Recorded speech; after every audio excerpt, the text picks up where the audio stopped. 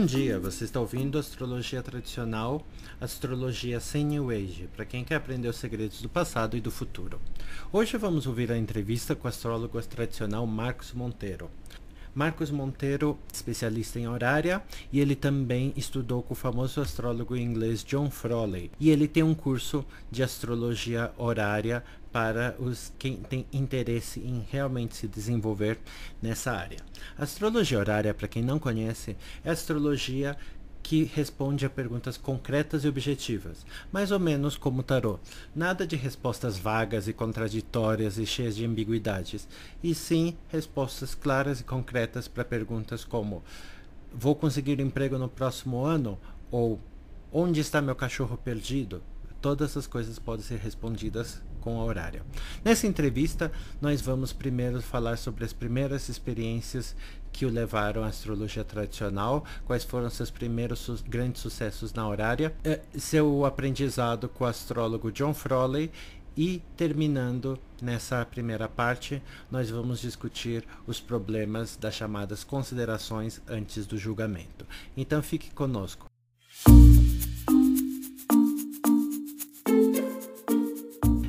Primeira coisa para começar, como é que você entrou na astrologia tradicional?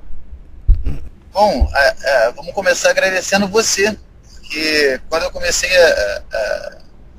sei lá, acho que uns 10 anos atrás, mais ou menos, quando eu comecei a estudar astrologia e comecei a me interessar com astrologia horária, durante, sei lá, 2, 3 anos, o básico do treinamento, eu acho que sem isso eu com certeza não estaria aqui, foi na comunidade Orkut da tua e da Lilian. Se não tivesse aquele bando de malucos enchendo nosso saco todo dia, perguntando as coisas mais loucas no Orkut, eu com certeza não teria começado a fazer astrologia horária. Obrigado. É um agradecimento que eu nunca fiz, agora eu faço ao vivo. E daí você começou faz uns 10 anos atrás?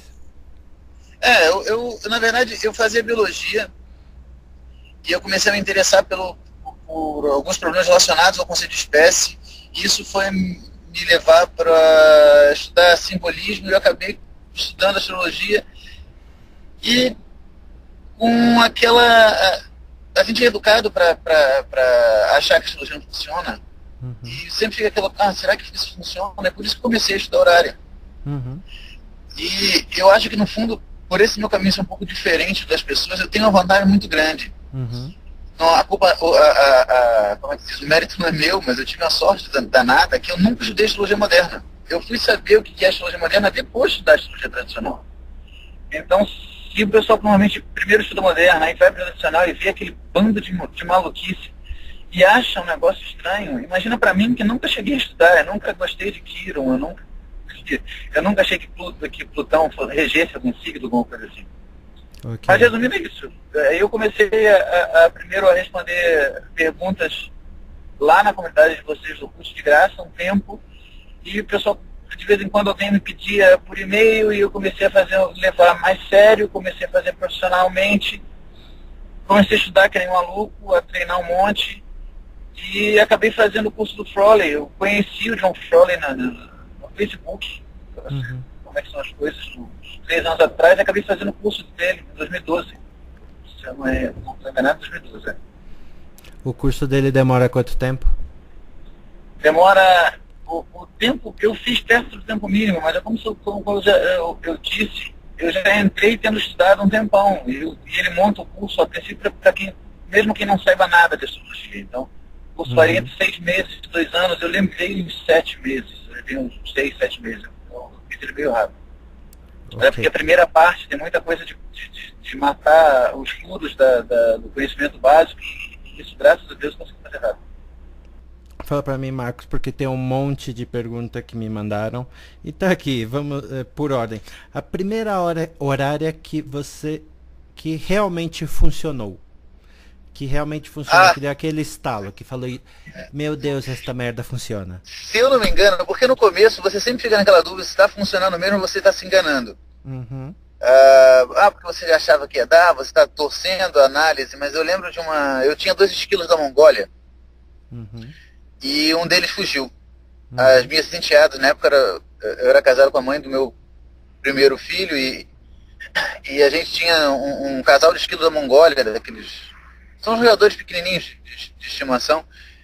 E um deles, uma das meninas deixou a gaiola aberta e um deles fugiu. E eu lembro que eu abri o mapa. Eu moro... Agora melhorou um pouco a situação da minha casa, mas antigamente tinha muito mato. Eu pensei, pô, esse bicho foi pro mato e algum bicho maior comeu, ele não volta nunca. Uhum. E na horária parecia que ele ia voltar em mais ou menos 1 hora.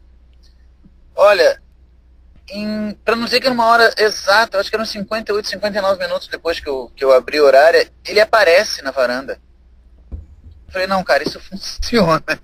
Assim, não tem como ser coincidência. Mas essa foi a primeira, apesar de ser um assunto meio bobo, foi aquela que vocês, cara, esse troço tem alguma coisa nisso, entendeu? E você se interessa muito por horárias também de jogos e clima, né?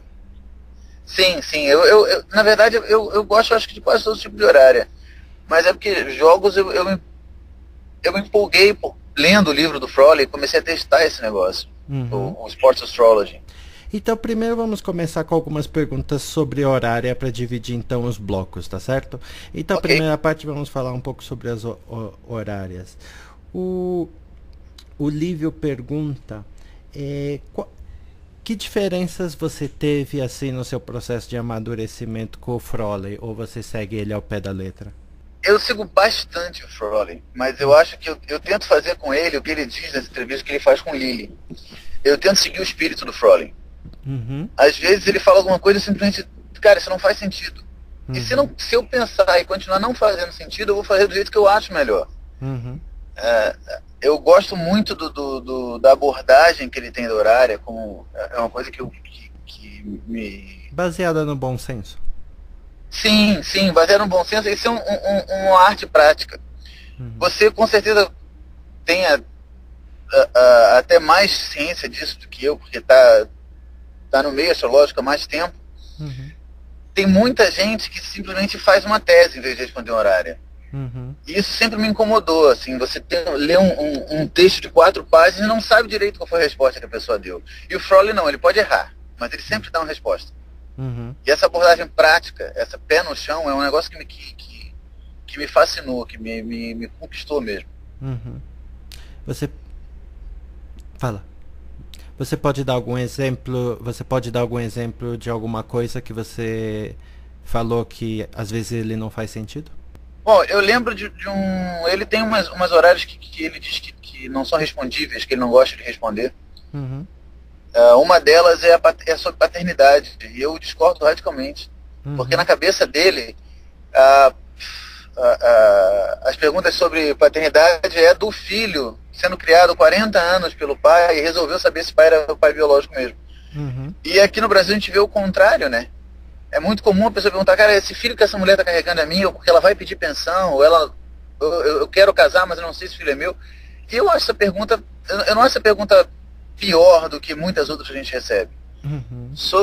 Então tem algumas coisas nesse sentido, nessa parte mais ética. Agora, na parte técnica tem sim, eu só não estou lembrando.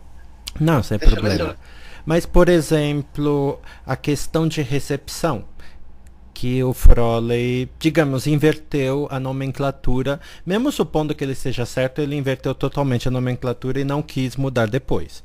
Então toda vez que ele fala Marte recebe Vênus, na verdade é Vênus que recebe Marte. Isso, mesmo desconsiderando os aspectos técnicos, ele inverteu. Então esse tipo de coisa você usa, você mudou, não se importa? Qual é a sua opinião? Izuru, eu não sei, nesse caso específico, eu acho que tem mais um problema de linguagem do que um problema técnico. Porque eu aprendi com ele, do jeito dele, e uso o jeito dele, parece funcionar muito bem pra mim. Assim, principalmente em horário de relacionamento, parece funcionar muito bem. Aí eu comecei a estudar as pessoas que usam, em tese, usam o contrário. Eu li, se eu não me...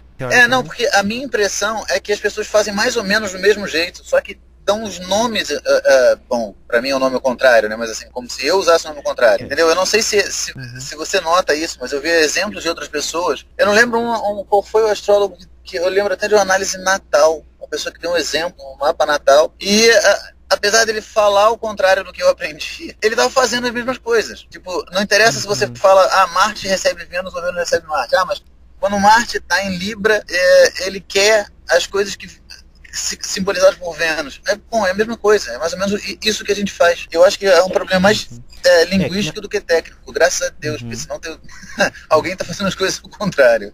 É que na verdade o correto, por exemplo, ao invés de falar que Marte, eu sempre me confundo também com...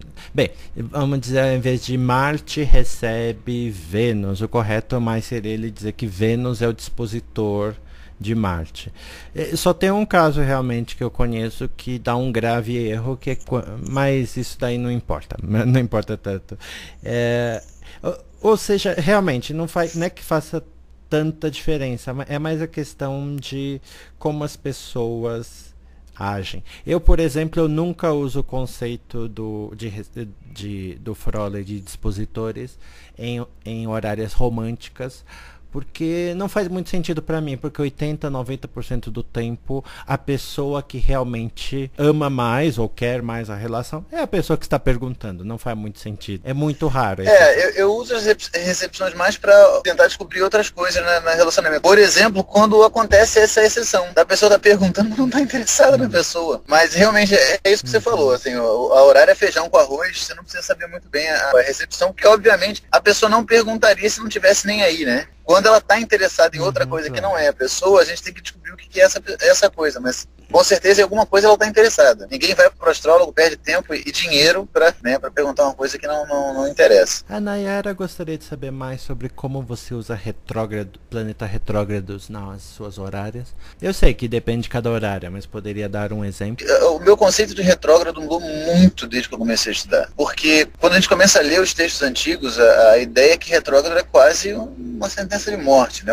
Meu Deus, o planeta está retrógrado, ele está todo ao contrário. E dependendo do contexto, não faz diferença nenhuma. Eu já peguei várias horárias, muitas, em que a pergunta era de sim ou não, e o sim era dado por um aspecto, e um dos dois planetas estava retrógrado, e era exatamente igual a resposta, e exatamente a mesma, sem mudar nada. Eu acho que como a astrologia é um sistema simbólico, e não tem como você esconder os planetas, né? Você não tem como tirar eles do céu quando eles não estão fazendo nada, a gente tem que ver se o simbolismo encaixa no contexto. Um planeta retrógrado, bom, ele está voltando, isso pode ser bom, isso pode ser ruim. Se a mulher estiver perguntando se o marido vai voltar para casa, achar o significador do marido dela retrógrado é um bom sinal. Se a pessoa está perguntando se aquele vizinho chato que foi embora, você está perguntando se ele realmente sumiu e se ele estiver retrógrado, não é um bom sinal. Ou se a pessoa tiver saído da prisão e você estiver preocupada com ela o significador dela retrógrado é uma coisa preocupante, né? De onde é que ela veio? Ela veio da prisão. Se ela está retrógrada, ela está voltando para lá. E é claro, também pode ter alguns significados mais abstratos, como por exemplo, é claro que é mais difícil, mas sempre pode ser que numa pergunta sobre emprego, o planeta retrógrado, onde eu arrumo um emprego? Porque faz sentido no contexto. Eu estou desempregado, o que eu devo fazer? O planeta retrógrado, principalmente se ele estiver retrógrado entrando na casa 10, ou no signo da casa 10, ou no signo regido pelo planeta da casa 10. Bom, procura no teu emprego anterior. Ou pelo menos a pessoa está pensando em voltar para o emprego anterior e não falou, né? Eu acho que exemplos, acho que em cada contexto tem um monte de exemplos possível. Essa questão do contexto, ou seja, a questão é mais ou menos ruim você ter o planeta retrógrado, mas se o contexto é adequado, não tem absolutamente problema. O mesmo vale para combustão, na minha experiência. Você concorda com isso? Olha, vale para tudo, eu concordo com você. Combustão é a pior coisa que pode acontecer com o planeta, via de regra. É a destruição quase completa. Mas, por exemplo, eu consigo pensar, se a pessoa pergunta, olha, eu tô com um carro atrasado e eu quero ir do Rio Grande do Sul até o Rio de Janeiro para visitar minha mãe. A polícia vai me pegar? O que eu esperaria seria o planeta dele com gosto, se Deus quiser. Não, você pode fazer o que você quiser, que ninguém vai ver você. É um aviso para os ouvintes, este podcast não se responsabiliza. Sim, eu não estou dizendo para ninguém fazer isso, não. Você viu que a pergunta era, não é se eu posso, se eu devo ir. É um exemplo de como a combustão poderia significar que você não está visível. E exílio ou queda, você teria algum exemplo assim? Como poderia ser usado num contexto mais positivo? Sim. Perguntas de relacionamento amoroso, por exemplo. Uhum. É normal, como você falou, normalmente a pessoa que faz uma pergunta dessa está caída pelo outro. Então, se ela estiver na própria queda, principalmente se o planeta que significa for o regente do signo, ou se estiver no próprio detrimento, mas lá na casa 7, na casa da pessoa de quem ela pergunta, claro, ela está lá, ela está fraca, está caída de amor, vamos dizer. Consigo pensar em outro, assim, num contexto bastante raro, eu acho que eu nunca vou receber uma pergunta dessa, mas não sei. A pessoa está presa na montanha e pergunta quando é que... meu filho ficou preso na montanha, no desabamento, quando é que ele vai conseguir sair? Olha, o regente dele entrando na própria queda, para mim, é um bom sinal, né? É claro que se a pergunta fosse sobre sua filha, que é a aeromoça, imagino que não seria uma ideia tão positiva. Ok. Mais uma pergunta, deixa eu ver. Bia e a Nayara queriam falar um pouquinho sobre, digamos, as perguntas antes do julgamento, né? Então, por exemplo, ascendente no final do signo, se você julga ou se não julga. E a Bia particularmente queria saber que ela fica preocupada quando os planetas estão em mau estado e se ela pode esperar eles melhorarem. Eu imagino que a sua resposta seja a mesma que a minha, Zulu, que se você esperar os planetas melhorar, você está fazendo uma eleição para fazer uma horária. Isso não vai dar certo nunca, né? Eu acho que é mais ou menos isso que você acha, pelo que eu conheço do seu trabalho. Mas enfim, a minha opinião é essa. Eu dou o mesmo exemplo que o Christopher Warnock, que é como pegar o seu baralho de tarô e tirar todas as cartas. Pois é. Aí a pessoa tira o tarô para escolher o melhor momento, para abrir os búzios, para saber o horário para fazer um horário. E as considerações antes do julgamento? Você olha, não olha? Olha, eu perdi muito tempo olhando, não olho mais não. Primeiro porque pela experiência pelo menos que eu tenho, funciona do mesmo jeito. É um negócio, na verdade, que apesar do Frawley dizer isso, é uma coisa que eu achava antes de conhecer o trabalho dele, é uma coisa que me ajudou a me identificar com o trabalho dele, foi isso. Porque eu sinceramente acho aquela história do regente da hora, bater com o regente da pergunta, me parece uma coisa tão estranha, tão fora da mecânica da astrologia horária, que sempre eu achei esquisito. Aí um autor faz isso, mas leva em consideração o regime de triplicidade, o outro leva em consideração a qualidade essencial do planeta. Aí você vai ver o Lilio dá uma lista de não sei quantas considerações no julgamento, ele quase todas nos exemplos dele. Assim, eu fiz uma vez uma pesquisa com as questões que tem no livro, e a princípio são as que ele escolheu para o livro, não são as melhores, né? Você vai escolher as melhores. Se bem que ele era muito confuso, é capaz de ter escolhido as piores. Mas, desculpa, não estou falando mal dele, não, ouvintes. É a verdade. Quem lê o Lílio, o Lílio era confuso. Ele pegava tudo mas eu imagino que ele tenha pego as melhores perguntas. E um terço, mais de um terço, quase 2/3 eu lembro que era mais da metade das perguntas, ele viola alguma das considerações. Ou o grau está precoce demais, ou está tarde demais, ou tem Saturno ruim cravado na casa 7, ou tem um monte de coisa. Eu não sei exatamente se a explicação que o Frawley dá para as considerações antes do julgamento é verdade, mas na verdade não me interessa muito. O que me interessa é que eu acho que não funcione. Eu parei de olhar, se você me perguntar hoje em dia quais são, acho que eu nem lembro direito quais são, eu sabia todas de cor, nem sei mais. E especialmente o grau do ascendente, eu tenho até algumas guardadas, assim, a horária com um ascendente 28, 29, que deu o resultado correto.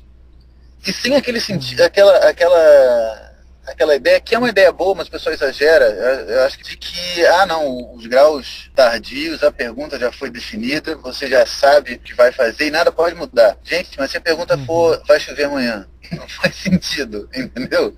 Apesar de que eu já tive vários casos do estilo... Um exemplo, eu perguntando por uma amiga que estava muito preocupada, que poderia estar grávida. No outro dia a preocupação me veio, fiz a horária e grau 29 e sim, batata. Quando eu fiz a horária, ela já sabia que não estava grávida. Então, às vezes funciona. Sim, é aquilo que a gente falou mais cedo, depende do contexto. Se isso é uma coisa importante para a questão, acho que o céu vai te dizer. Mas eu tenho uma ocasião que realmente não seria prudente analisar, mas a gente nunca lembra disso. É quando o astrólogo faz a própria pergunta e o regente da primeira está combusto. Mas Por definição, o registro de primeira combusto não vai entender que o registro de primeira está combusto, vai analisar do mesmo jeito. Também. Aí vira uma metalinguagem, eu não gosto de metalinguagem. Falando em contexto, eu queria então colocar aqui uma opinião ou um esclarecimento para a questão da Bia também. Aí também tem que colocar a resposta do Marcos em contexto também, porque tanto o Marcos quanto eu estamos num certo ponto que a gente só responde horárias de clientes ou nós. E pelo menos eu me fiscalizo muito nas minhas horárias para não ficar perguntando a cada 10 minutos. Na verdade, eu posso passar muitos meses sem fazer uma horária para mim.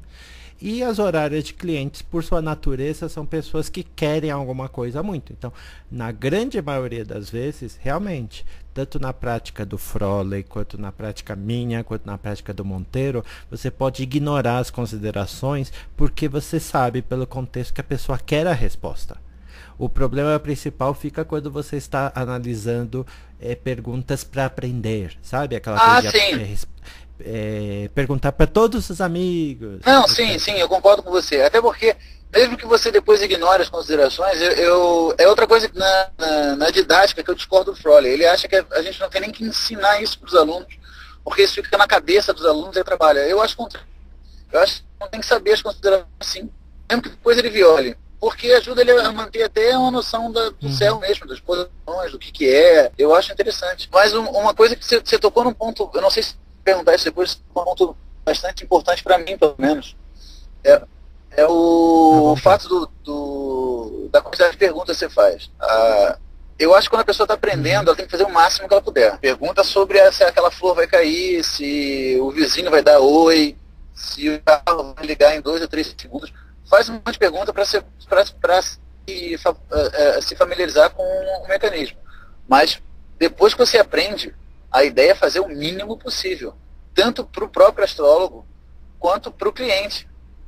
Até porque a experiência que eu tenho, eu não sou perfeito, cansei de fazer isso, e todas as vezes o recado que o céu me dá é o mesmo. O céu cansa de responder. Você faz a primeira horária sobre um assunto, a segunda, a resposta sai um pouquinho menos clara. Você vai fazendo, a resposta vai se perdendo, chega uma hora que o mapa não diz nada. É como se ele resolvesse seguir adiante e deixar você perdido na tua confusão. Como se chegasse, se eu já respondi isso tantas vezes e você ainda não aprendeu, não entendeu, eu não vou responder mais. Eu lembro, e isso acontece às vezes com clientes também, porque principalmente quando você começa a cobrar barato, parece coisa de mercenário, mas acho que o valor não pode ser muito barato da pergunta por causa disso. Porque quando é muito barato, a pessoa pergunta por curiosidade. Aí pergunta hoje se o namorado vai deixar ela. Aí pergunta hoje à noite de novo se ele resolveu deixar ela. Aí amanhã ele vai a moça vai perguntar de novo se o namorado... não, mas ele vai me deixar hoje? Sim, isso não existe. O céu não funciona assim. Então, não é só pro cliente, mas pro astrólogo também. A gente tem que fazer pouco para que a pergunta... Até porque, bom, eu não gosto de trabalhar à toa. Eu não gosto de trabalhar em excesso, e quanto mais clara for a pergunta, menos esforço você faz, né? Eu sempre gosto de lembrar que no I Ching também tem um dos hexagramas que fala a impaciência juvenil, e que basicamente se você repete a pergunta como na terceira vez, começa a sair a impaciência juvenil. Não no tarô eu nunca reparei um padrão, mas no I Ching sim. No I Ching tem essa coisa do estilo vá chatear a outro. Eu não ganho por hora. O Frolley, acho que no livro, fala assim, que daqui a pouco o mapa começa a falar, ih, olha, seu pai vai visitar você hoje.